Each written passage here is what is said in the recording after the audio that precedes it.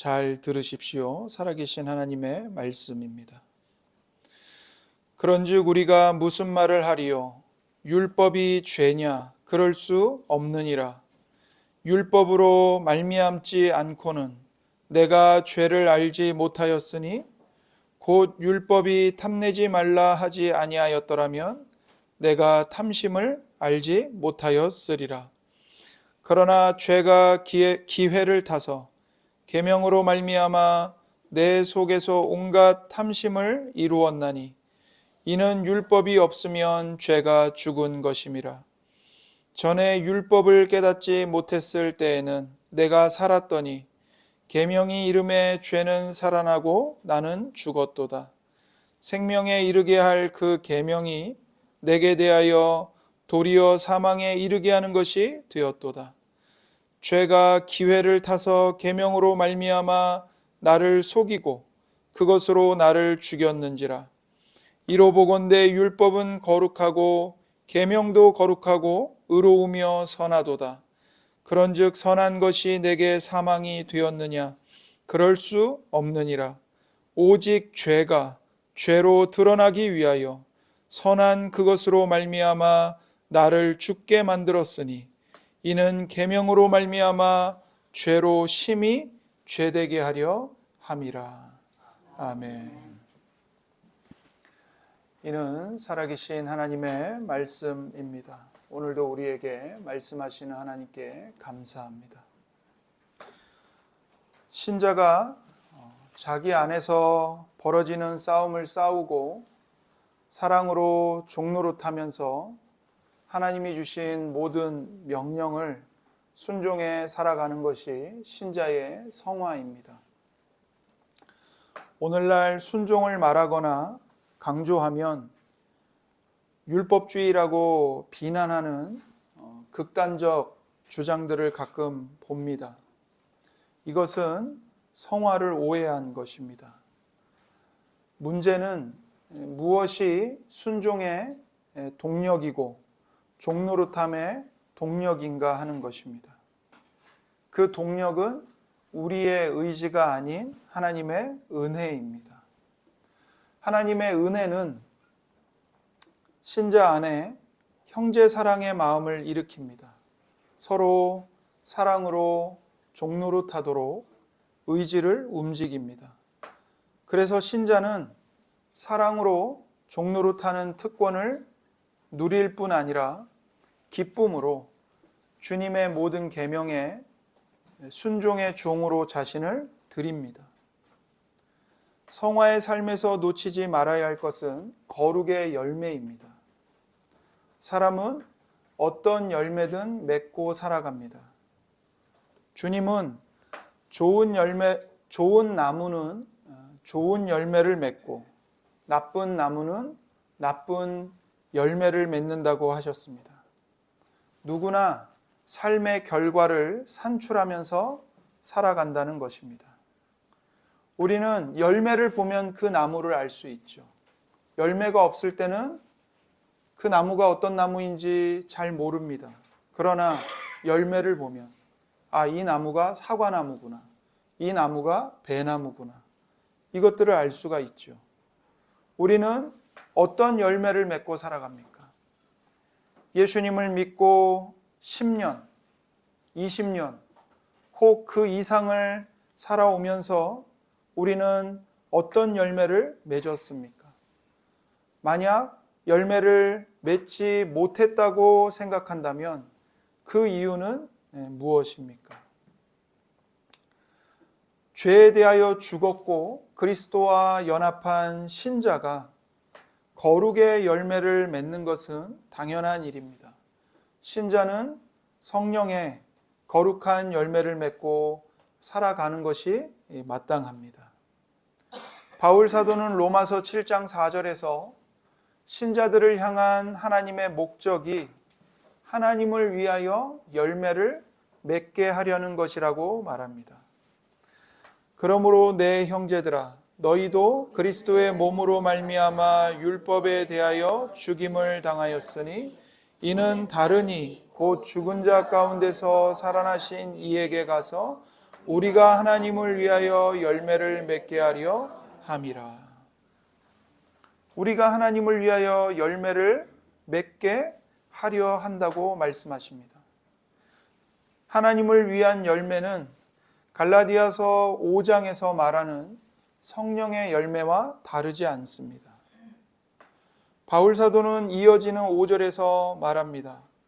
우리가 육신에 있을 때에는 율법으로 말미암는 죄의 정욕이 우리 지체 중에 역사하여 우리로 사망을 위하여 열매를 맺게 하였더니.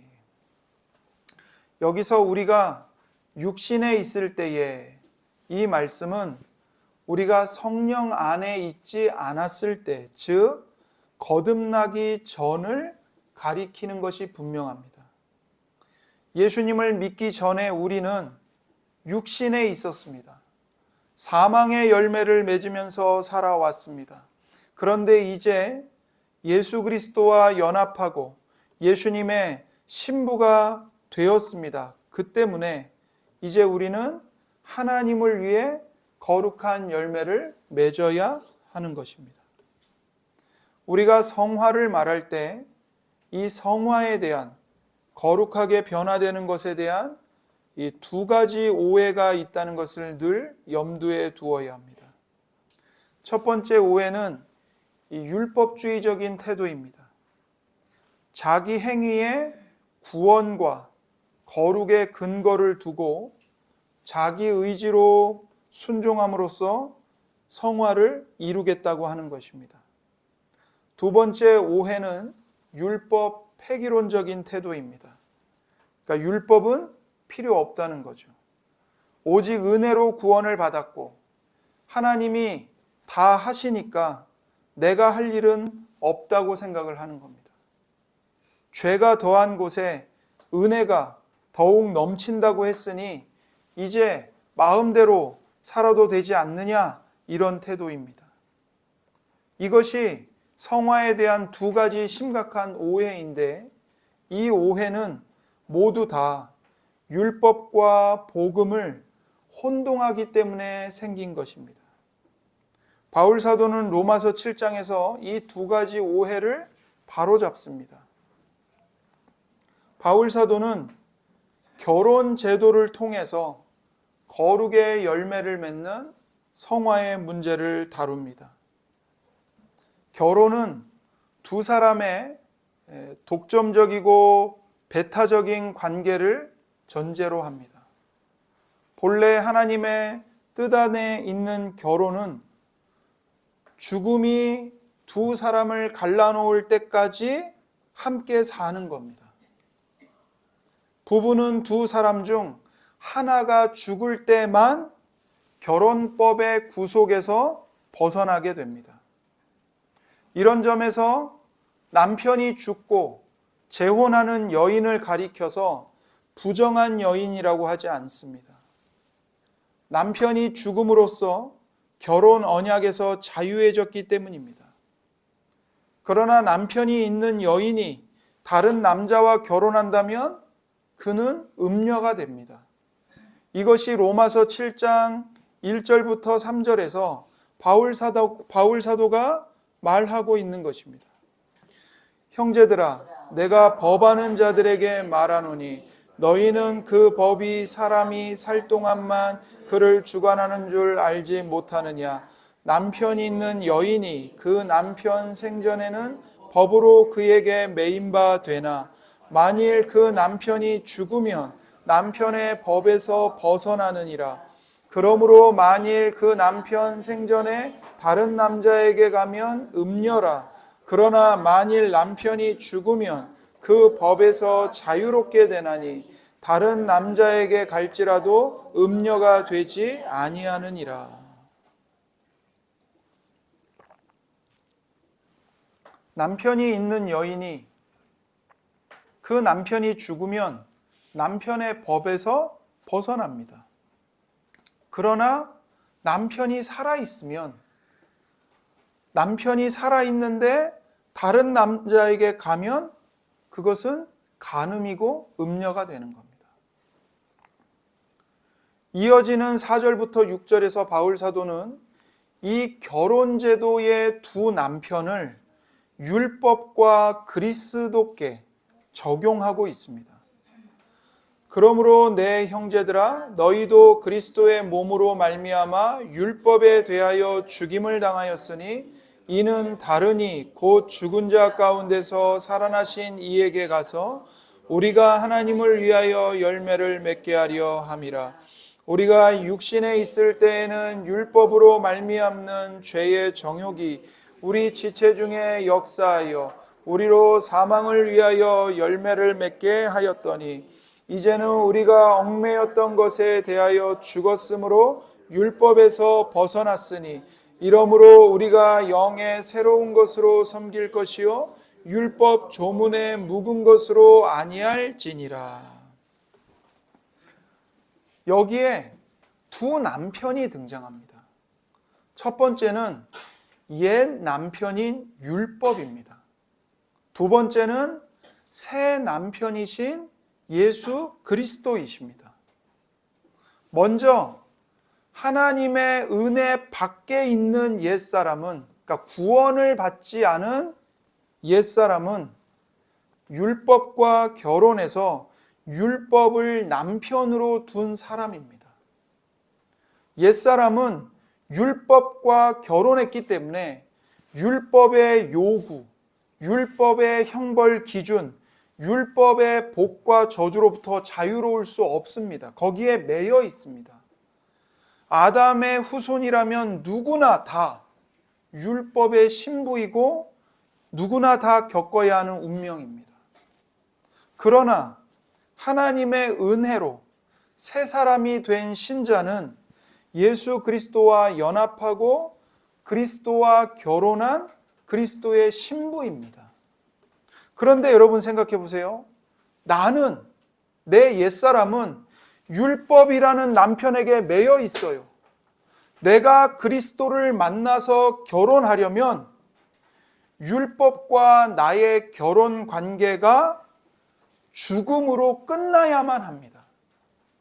그래야 율법의 남편에게서 자유하게 되고 새 남편이신 그리스도에게 가서 그리스도와 결혼을 할 수 있는 거죠. 바울 사도는 로마서 6장 6절에서 신자의 옛사람이 그리스도의 죽으심과 함께 죽었기 때문에 옛 남편인 율법이 더 이상 신자를 주장할 수 없다고 말합니다. 로마서 7장 4절에서도 같은 말을 합니다. 너희도 그리스도의 몸으로 말미암아 율법에 대하여 죽임을 당하였으니, 내 옛사람이 그리스도와 함께 율법에 대해서 죽었습니다.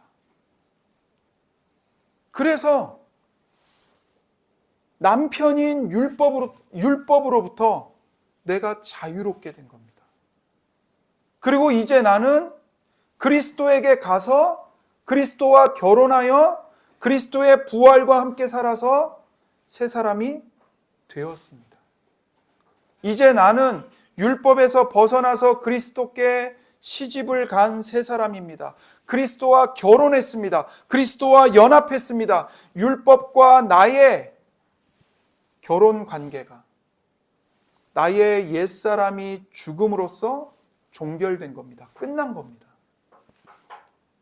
이제 내 남편은 율법이 아니라 예수 그리스도이십니다. 신자는 죄에 대하여 죽은 자입니다. 더 나아가 율법에 대해서도 죽은 자입니다.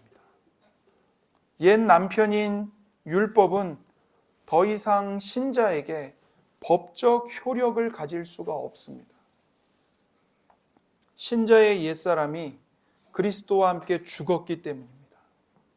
옛 남편인 율법이 하는 일은 늘 정죄하는 것이었습니다. 하지만 율법은 이제 율법에 대해서 죽은 신자를 더 이상 정죄할 수 없습니다. 이 사실을 깨닫지 못하면 구원의 확신과 그리스도 안에서의 참 자유를 누리지 못합니다. 갈라디아 성도들이 거짓 교사들의 가르침에 속아서 이런 고통을 겪었습니다. 그리고 오늘날에도 적지 않은 신자들이 이 복음을 잘 몰라서 복음의 은혜를 누리지 못하고 죄책감에 짓눌려 고통스러워합니다. 신자의 옛사람은 예수님과 함께 죽었고 그 결과 율법이라는 옛 남편으로부터 해방되었습니다. 그리고 새로운 남편이신 예수 그리스도께 시집을 갔습니다. 이것이 로마서 7장 4절에 이는 다르니 곧 죽은 자 가운데서 살아나신 이에게 가서라는 말씀의 의미입니다. 죽은 자 가운데서 살아나신 이가 누구예요? 예수님이시죠. 우리가 그 예수님께 갔다는 겁니다. 이 갔다는 말은 무슨 말이냐면 예수님과 결혼했다는 것입니다. 이것이 신자가 그리스도 안에서 누리는 새로운 신분입니다. 이 원리를 영적으로 적용할 때 우리의 입장을 분명하게 해야 합니다. 지금 내 남편은 율법인가 그리스도인가? 여러분, 지금 여러분의 남편은 누구입니까? 율법입니까? 그리스도이십니까? 우리가 이 질문에 분명한 답을 할 수 있어야 합니다.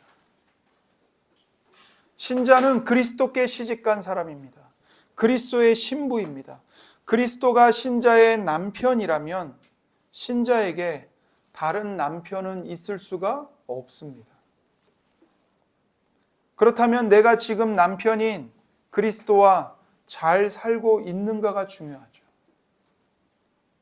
여전히 옛날 남편인 율법을 자꾸 찾아가고 있지는 않는가 생각해 봐야 합니다. 옛 남편인 율법을 그리워하거나 그에게로 가는 것은 영적 음행이고 불륜입니다. 바울 사도가 로마서 7장 본문에서 말하고 있는 논지가 바로 이것입니다. 우리가 신앙생활을 하면서 자꾸만 율법주의로 빠지려고 하고 자기 행위 위에 내가 뭘 했는가에 내 신앙의 근거를 두려고 하는 것은 조금 잘못된 일이 아닙니다. 그것은 영적 음행이고 불륜입니다. 이것을 기억해야 합니다. 내가 복음 안에서 그리스도와 결혼한 새 사람답게 살아가고 있는가? 이것이 열매 맺는 삶의 초점이고 성화의 핵심입니다. 그리스도와 결혼한 신자가 열매를 맺는 것은 당연한 일입니다. 그것이 하나님의 목적입니다. 열매를 맺는 것은 부부가 자녀를 낳는 것과 같은 이치입니다.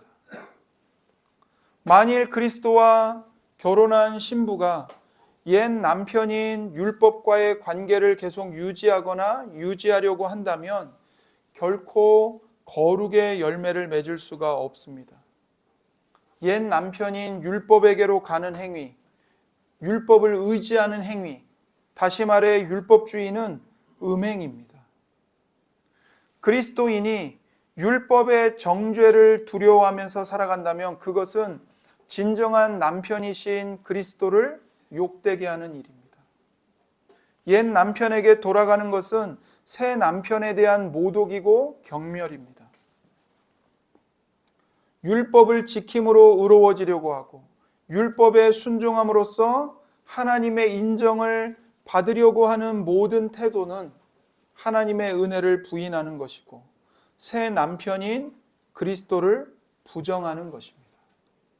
여러분, 율법을 지키고 율법의 사랑으로 순종하는 것은 매우 중요한 것이고 거룩의 열매를 맺는 길입니다. 그런데 문제는 뭐죠? 율법에 대한 나의 행위를 근거로 하나님의 사랑을 받아내려고 하는 것, 이게 문제입니다. 이것은 하나님의 은혜를 부인하는 겁니다. 새 남편인 그리스도를 부정하는 것입니다. 우리가 하나님의 은혜를 모를 때 우리가 어떤 삶을 추구하며 살았습니까? 윤리와 도덕적인 삶으로 신앙을 추구하며 종교적인 삶을 살았습니다. 근데 거기로 돌아가는 겁니다. 이것은 영적 음행입니다. 율법주의가 우리의 신앙을 지배하는 한 우리는 율법의 열매밖에는 맺을 수가 없습니다. 율법의 열매가 뭘까요? 그 열매의 한쪽에는 자기의가 있습니다. 자기 옳음, 자기 주장, 자기 자랑이 있어요. 다른 쪽에는 낙심과 좌절이 있습니다. 율법이라는 남편과 사이가 좋으면 뭘 낳을까요? 자기 의를 낳아요. 사이가 나쁘면요, 낙심과 좌절이라는 열매를 낳습니다. 이것은 모두 다 율법의 열매입니다. 옛 남편인 율법에게로 가면 거룩의 열매를 맺을 수 없습니다.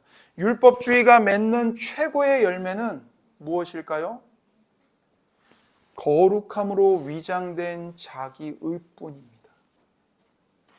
겉모습은 나이스해 보여요. 겉모습은 경건해 보여요. 그러나 속은요, 썩은 것밖에 없어요. 위선이라고요. 이게 율법이 맺는 최고의 열매예요. 위선. 그러므로 복음 안에서 하나님이 우리에게 주신 은혜와 자유를 온전히 누리고 남편이신 그리스도와 사랑의 관계를 누리는 것은 중요합니다. 그러면 자연스럽게 하나님을 사랑하기 때문에 거룩의 열매를 맺게 됩니다. 이것이 복음의 열매입니다. 율법이 할 수 없던 것을 그리스도께서는 결혼하는 순간부터 신자와 한 몸이 되어서 하나님을 위해 열매를 맺도록 능력으로 역사하기 시작하십니다. 그런데 이제 여기까지만 들으면 어떤 생각이 들죠? 문제는 율법이구나, 이런 생각이 들어요. 그러나 이것은 잘못된 결론입니다. 이런 오해를 피하기 위해서 바울 사도는 로마서 7장 7절에서 그런즉 우리가 무슨 말을 하리요? 율법이 죄냐? 그럴 수 없느니라, 이렇게 말해요. 문제는 율법이 아니라 죄입니다. 죄가 문제입니다. 이것이 로마서 7장 7절부터 13절의 내용입니다. 율법은 바울 사도가 12절에서 말한 대로 거룩하고 의로우며 선합니다. 그는 율법 덕분에 도리어 죄와 탐심을 알게 되었다고 말합니다. 율법 덕분에 죄와 탐심을 알게 되었다는 말이 무슨 뜻일까요? 바울 사도가 처음부터 죄의 진상과 탐심의 거대한 힘을 알았던 것은 아닙니다. 로마서 7장 9절에서 그는 전에 율법을 깨닫지 못했을 때에는 내가 살았더니 계명이 이름에 죄는 살아나고 나는 죽었도다라고 고백합니다. 바울 사도는 바리새인 율법학자로서 어려서부터 율법을 배우고 실천하며 살았던 사람입니다. 그러나 그는 율법의 의미가 무엇인지 깨닫지 못하고 있었습니다. 그러다가 예수님을 만나고 나서야 비로소 율법의 의미를 깨닫게 되었습니다. 이것이 바로 계명이 이르매라는 말의 의미입니다. 계명이 이르매. 율법을 깨닫게 됐다는 거예요. 여기서 계명은 율법과 같은 의미입니다. 계명이 이르렀다는 것은 율법을 알게 되었다는 말입니다. 바울 사도는 지금 율법을 깨닫기 전과 율법을 깨달은 후를 분명하게 구분합니다. 그가 율법을 깨닫게 되었을 때 어떤 일이 일어났는가? 그때 죄는 살아나고 나는 죽었다고 말합니다. 율법의 원 의미를 깨달았을 때 그의 죄가 살아나고 그 자신은 죽게 되었습니다. 이 고백의 의미를 알기 위해서 우리가 로마서 7장 7절을 좀 더 살펴볼 필요가 있습니다. 그런즉 우리가 무슨 말을 하리요? 율법이 죄냐? 그럴 수 없느니라. 율법으로 말미암지 않고는 내가 죄를 알지 못하였으니 곧 율법이 탐내지 말라 하지 아니하였더라면 내가 탐심을 알지 못하였으리라. 바울 사도는 율법을 통해서 죄와 탐심을 알게 되었다고 말합니다. 그렇다면 바울 사도가 그 이전에는 죄를 몰랐다는 말을 하고 있는 것일까요? 여러분, 여기에 거듭난 사람과 거듭나지 않은 사람의 죄에 대한 인식의 차이가 있습니다. 죄를 진정으로 아는 사람은 거듭난 사람입니다. 거듭나지 않은 자연인은 죄의 진정한 의미를 알 수 없습니다. 기껏해야 도덕관념의 수준에서, 옳고 그름의 기준에서 죄를 상대적이며 주관적으로 이해할 뿐입니다. 사람마다 정도의 차이가 있겠지만 자연인은 성경이 말하는 죄의 진상을 결코 알 수 없습니다. 사람이 죄의 본질과 성격을 성경이 가르치는 대로 알게 될 때 어떤 일이 일어날까요?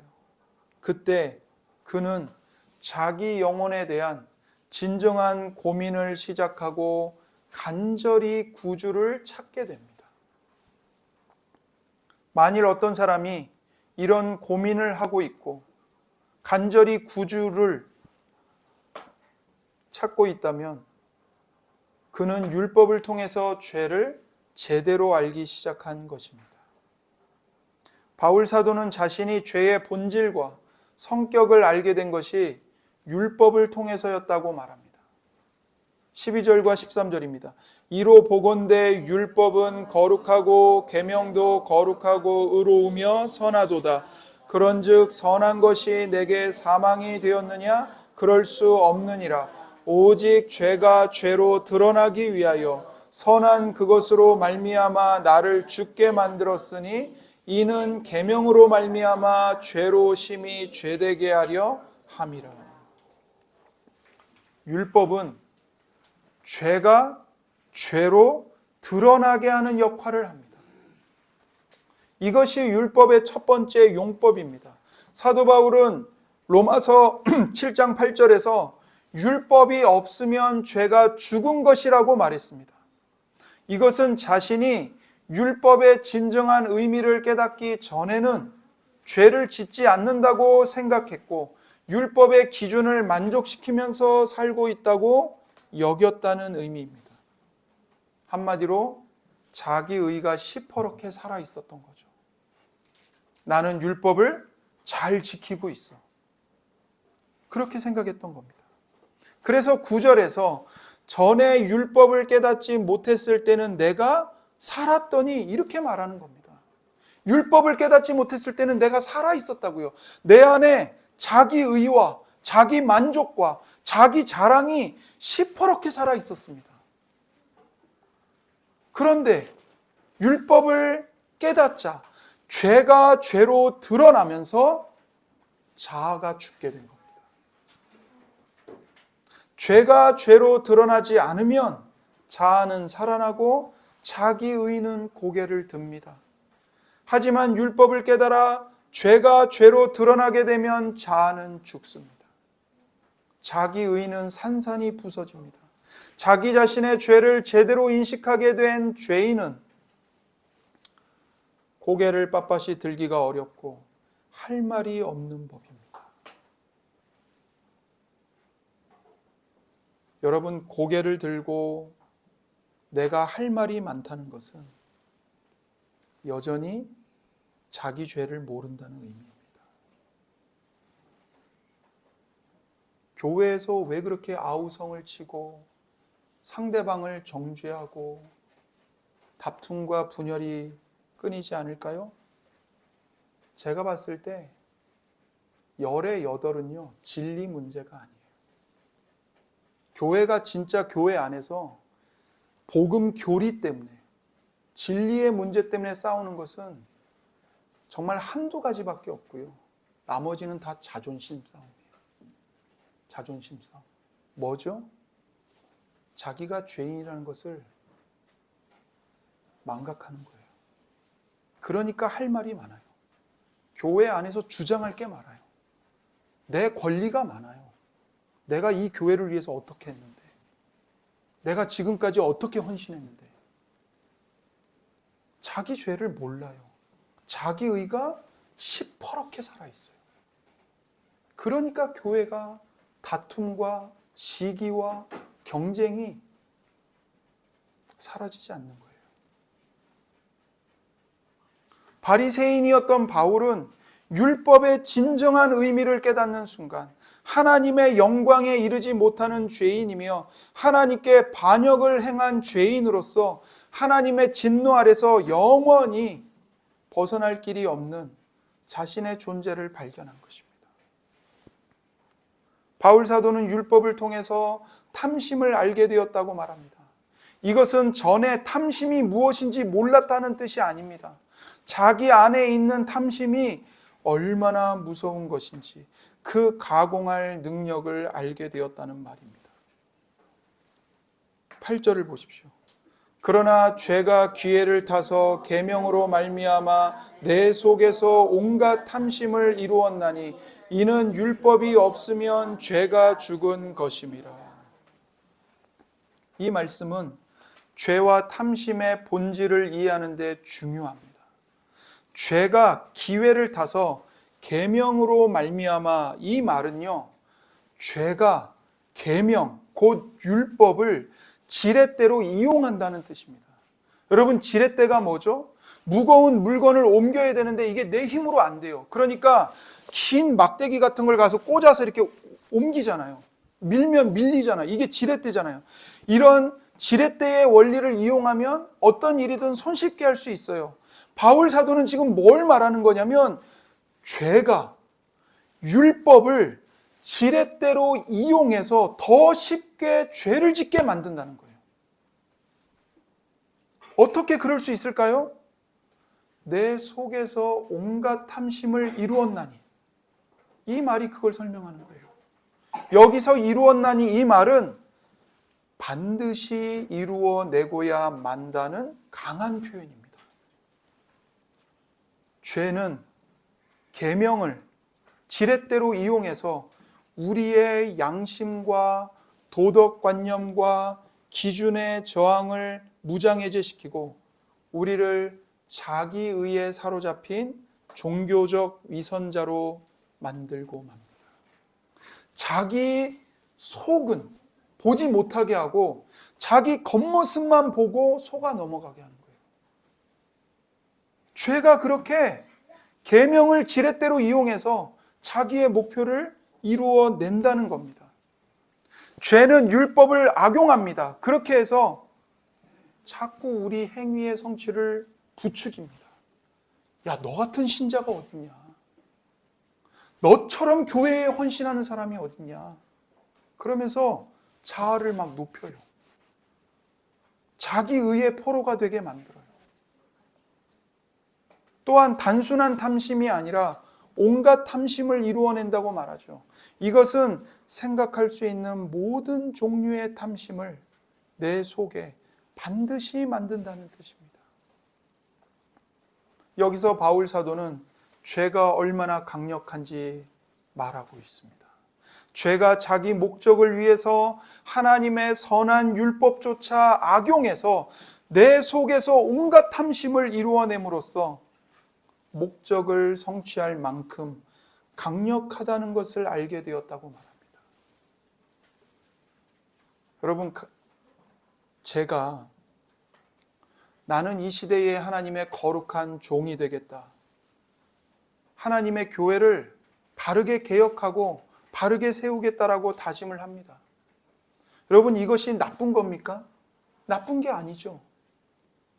하지만 죄는 이것을 탐심이 되게 합니다. 야망으로 변질시킵니다. 하나님을 위한다는 명분으로 제가 교회를 섬기지만 실상은 제 성공과 명예를 위한 탐심으로 변질시킨 겁니다. 우리의 신앙생활에서 이런 일은 허다하게 일어납니다. 교회를 섬기면 섬길수록 우리의 섬김과 봉사 그리고 헌신이 공로가 되고 자기의가 될 수 있습니다. 바울 사도는 율법을 통해서 거룩하고 선한 것조차 탐심으로 변질시키는 죄의 무서운 능력을 알게 되었다고 말한 것입니다. 오늘날의 성교육도 비슷합니다. 성교육은 아이들이 성적인 죄를 범하지 않게 하는 효과를 가지는 게 아니고요. 도리어 호기심을 부추깁니다. 교묘한 죄악을 짓게 만들어요. 그런 부작용들을 낳습니다. 인간 안에 있는 죄가요, 그 지식을 지렛대로 이용해서 온갖 탐심을 만들어내는 겁니다. 결국 자기 목적을 이루어내는 거예요.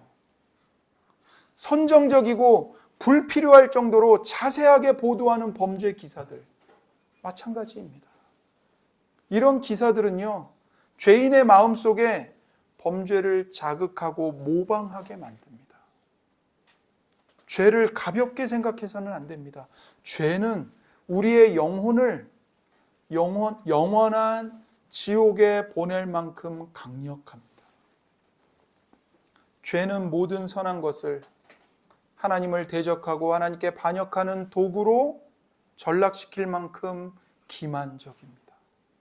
죄는 하나님이 우리의 유익을 위해서 주신 율법조차도 영적 죽음의 도구로 변질시킬 만큼 무서운 힘을 가졌습니다. 죄의 본질을 꿰뚫는 이런 깨달음이 어떻게 주어질까요? 바울은 율법을 깨달았을 때 비로소 자신 안에 있는 죄의 본질을 알게 되었습니다. 여러분, 죄가 우리를 기만해요.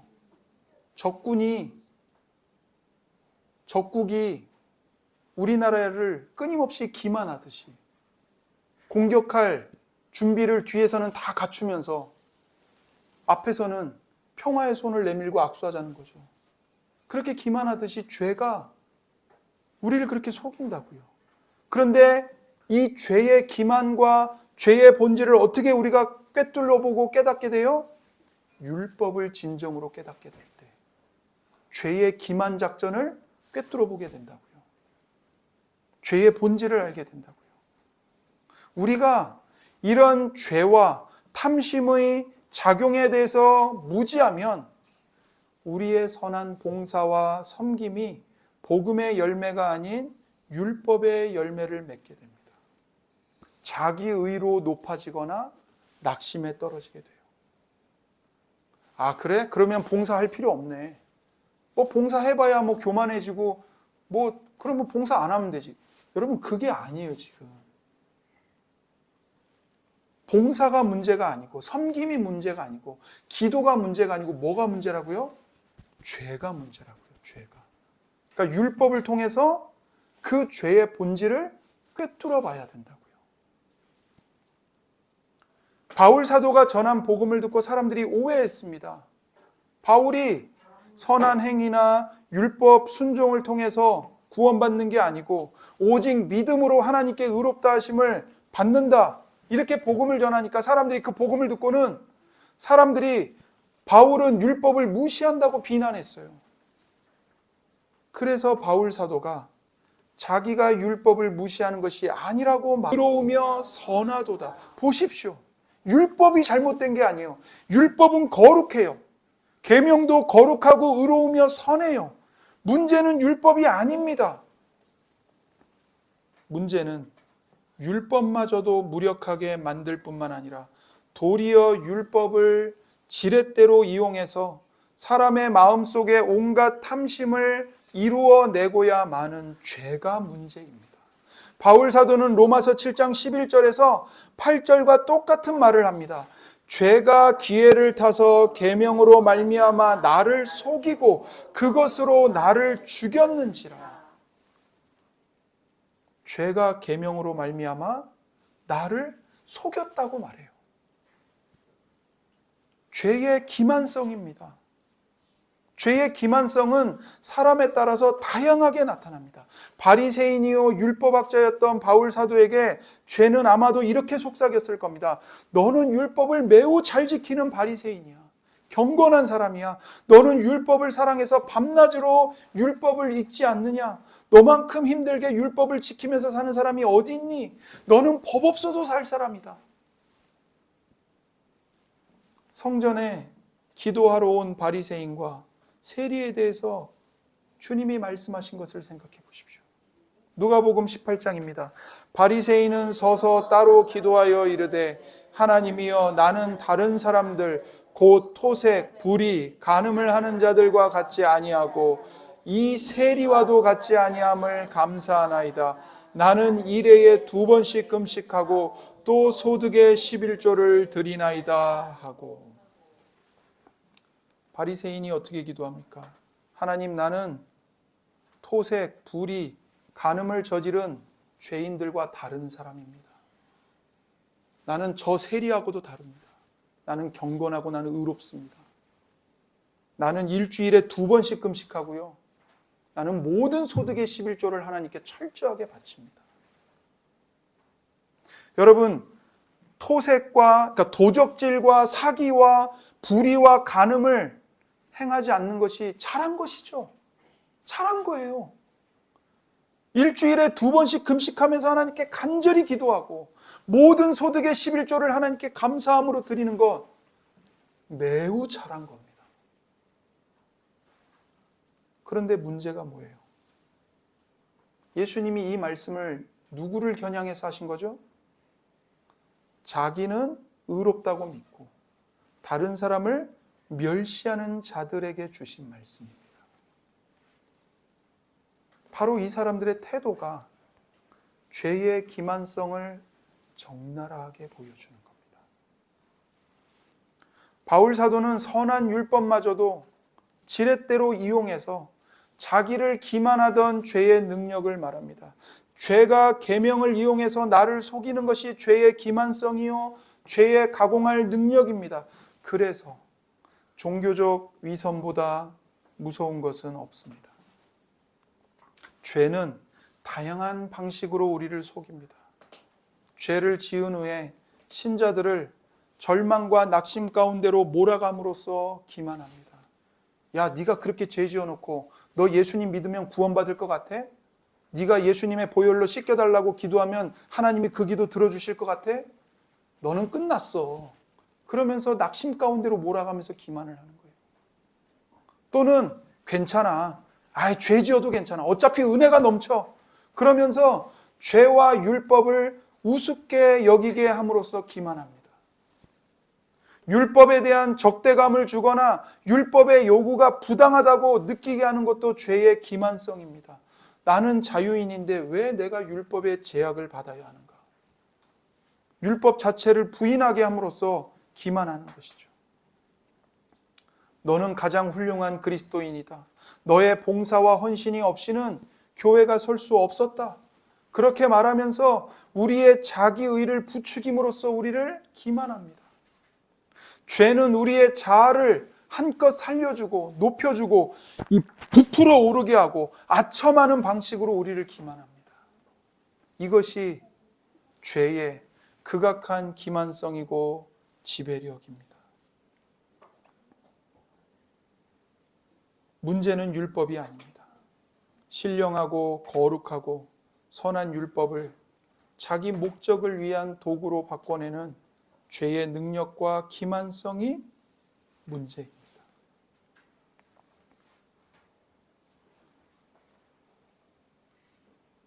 우리는 과연 죄의 이런 성격을 알고 있습니까?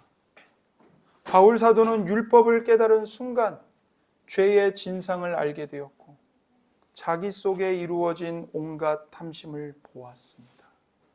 자기의 실존 안에서 죄를 인식한 것입니다. 여러분, 우리가 율법을 통해서 진짜 나의 죄의 실상을 보게 되잖아요. 그러면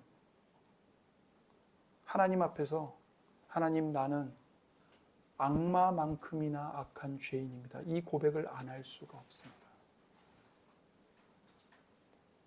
여전히 내가 죄인이라는 건 인정하는데 내가 마귀만큼이나 악하다고? 난 그건 동의가 안 되는데? 그렇다면 아직 율법을 모르는 것이고 율법을 통해 내 죄의 실상을 못 본 겁니다.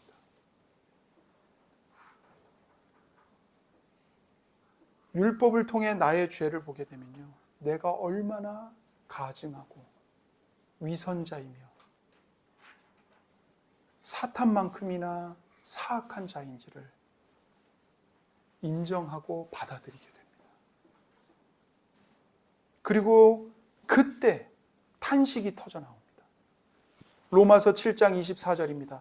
오호라, 나는 곤고한 사람이로다. 이 사망의 몸에서 누가 나를 건져내랴. 이 곤고하다라는 말은 피곤하고 지쳤다는 의미가 아니라 자기의 처지가 비참하다는 뜻입니다. 이 탄식은 율법이 죄를 죄되게 함으로써 죄인의 마음을 찢어놓고 죄인의 자아를 죽인다는 것을 잘 보여줍니다. 만일 이렇게 율법을 통해 죄를 인식하는 일이 일어나지 않는다면 그는 자기가 누구인지 모른 채로 지옥문에 들어갈 때까지 죄에게 기만당하면서 거짓된 자기 만족을 안고 살아가게 될 것입니다. 심지어 매주일 교회에 나오고 매일 성경을 읽으면서도 말입니다. 우리는요, 죄에게 속임당하면서 얼마든지 교회 나올 수 있고요, 얼마든지 성경 읽을 수 있습니다. 바울은 계명이 깨달아졌을 때 예전에 가졌던 자기 만족과 자기의가 사라지고 죽었던 죄가 살아나고 자아가 죽는 절망을 경험했습니다. 거기서 그는 오호라, 나는 곤고한 사람이로다. 이 사망의 몸에서 누가 나를 건져내랴 탄식을 외친 겁니다. 율법이 심령을 찢어 놓을 때, 하나님의 심판과 진노 아래 처한 자신을 볼 때 사람은 이런 탄식을 하게 됩니다. 율법이 깨달아졌을 때, 율법이 자신을 죄의 능력으로부터 구원해 줄 수 없다는 사실을 깨닫고 절망하는 것입니다. 율법은 그를 절망의 비참함에서 건져낼 수 없습니다. 그래서 이 사망의 몸에서 누가 나를 건져내랴 탄식하면서 구원자를 간절히 찾게 됩니다. 오호라, 나는 곤고한 사람이로다. 이 사망의 몸에서 누가 나를 건져내랴. 저는 이 절망적인 탄식이야말로 하나님께서 우리를 능히 구원하실 주 예수님께 인도하시기 위해서 먼저 율법을 통해서 깨닫게 하시는 은혜라는 것을 믿습니다. 하나님이 우리를 예수님께 데리고 가시기 위해서 가장 먼저 율법을 통해 오호라, 나는 곤고한 사람이로다. 이 사망의 몸에서 누가 나를 건져낼 수 있겠는가? 이것을 먼저 깨닫게 하신다는 겁니다. 이게 은혜라는 거예요. 로마서 7장에서 가르치는 진리는 안타깝게도 오늘날 많은 교회의 강단에서 사라진 가르침입니다.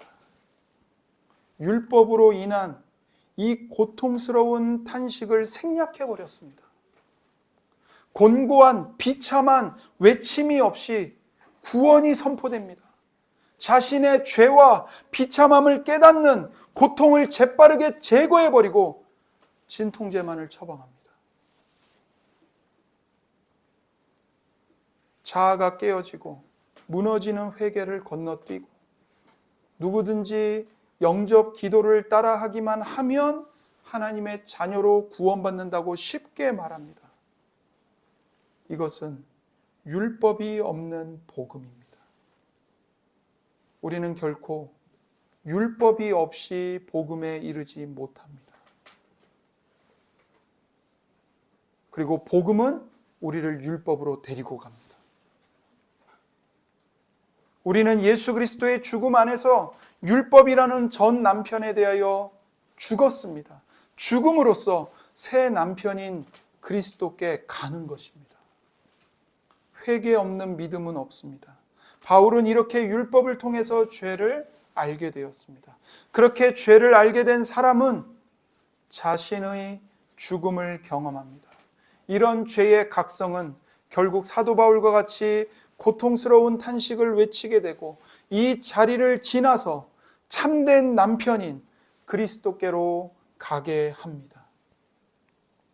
그리고 새 남편인 그리스도께로 가게 되는 순간부터 그리스도께서 우리 안에서 하나님을 위하여 거룩한 열매를 맺도록 큰 능력으로 역사하기 시작합니다.